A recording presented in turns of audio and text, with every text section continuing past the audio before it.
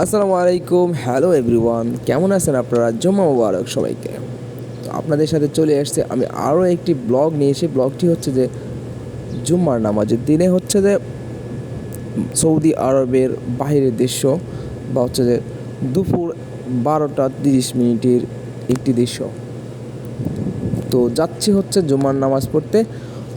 দেখতেই পাচ্ছেন চারিদিকে একদম কোনো শব্দ নাই, নিঃশব্দ, সব কিছু যেন শান্ত, মনে হচ্ছে যেন কেউই নেই। দুজন চারজন করে আস্তে আস্তে আস্তে আস্তে সবাই হচ্ছে মসজিদের দিকে রওনা। তো এখানে হচ্ছে যে একটি মসজিদ আছে, সবচেয়ে ছোট মসজিদ এটাই। আর সৌদি আরবে সব জায়গায় সচরাচর মসজিদ এখানে সেখানে সব জায়গায় পাওয়া যায়, যেহেতু মুসলিম কান্ট্রি।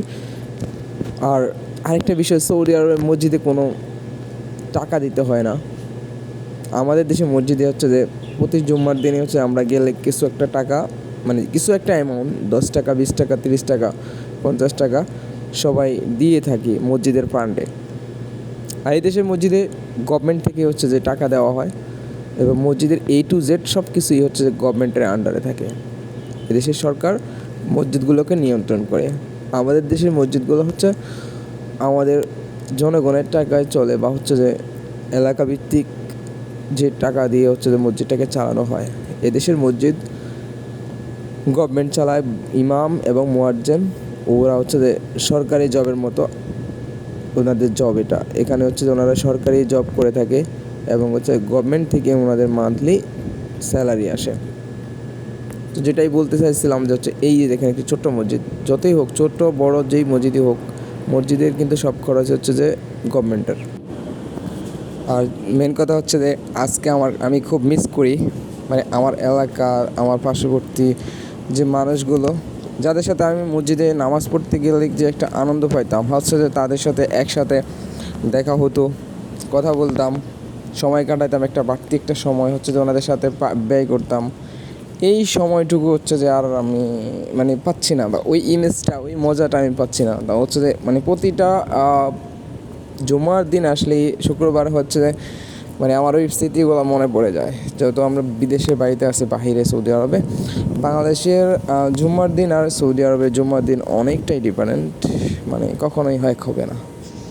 তো সব কিছু মিলাই হচ্ছে যে মানে অনেকটাই মিস করি বাংলাদেশকে। আমার লাইফ থেকে আমি মনে করি যে আজকে আরেকটা জুম্মা, মানে বাংলাদেশকে আমি মিস করতেছি, বা আমার জীবন থেকে চলে গেছে আরেকটা জুম্মা, যেটা আমি বাংলাদেশে মানে কাটাইতাম।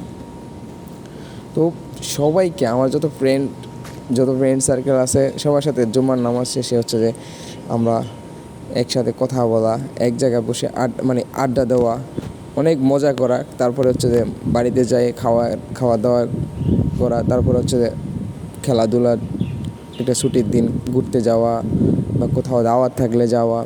মানে আমাদের জুম্মার নামাজ পরেই হচ্ছে যে কোনো কার্যক্রম থাকে ওগুলো চলতো শুক্রবারে। কিন্তু সৌদি আরবে আসার পরে দেখেন রাস্তাঘাটে কোনো মানুষ নাই, কী একটা অবস্থা। যে যার মতো গাড়ি দিয়ে হচ্ছে ওনারা ওদের মসজিদে পৌঁছে যায়, সবার মতো। আর হচ্ছে যে আমি একা একা হেঁটে যাচ্ছি, কেউ আমাকে এখানে চিনেও না, আমি কাউকে চিনি না। সব মিলিয়ে সবাইকে জুমা মুবারক, সবাই ভালো থাকবেন, বেশি বেশি করে সাপোর্ট দিবেন। আর সবাইকে মিস করতেছি, আমার জন্য সবাই দোয়া করবেন, আপনাদের জন্য সবাই দোয়া রইল। আসসালামু আলাইকুম।